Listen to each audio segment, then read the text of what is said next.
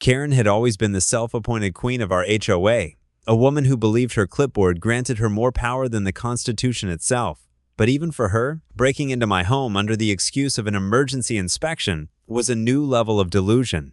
I was in the middle of reviewing federal case files in my study when I heard the unmistakable sound of a key turning in my front door, my door, which no one should have access to except me. At first, I thought it was a burglar, but the shrill voice echoing through my foyer, "Oh, inspection, this is standard procedure," quickly told me exactly which brand of nonsense had invaded my home. She strutted inside like she owned the place, snapping pictures of my living room, running her finger along my shelves, and muttering about violations she intended to fine me for. She hadn't even noticed me standing in the hallway watching her, stunned at the sheer audacity. When she finally turned and saw me, she froze mid-sentence, her eyes widening as she realized she had broken into a locked, occupied home without permission. "You can't be here while I'm doing an inspection," she stammered, trying to regain dominance.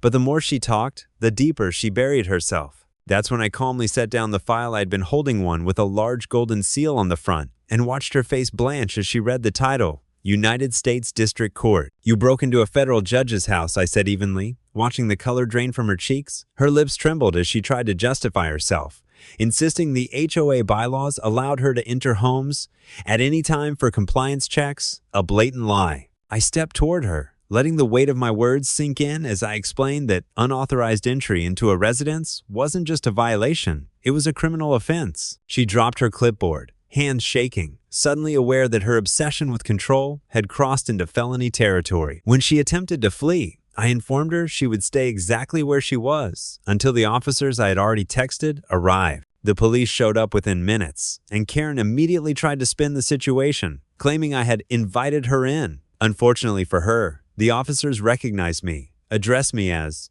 "Your Honor," and instantly took the situation seriously. Her mouth fell open as she realized there was no wriggling out of this. They cuffed her right in my living room while she sputtered about misunderstandings and community service.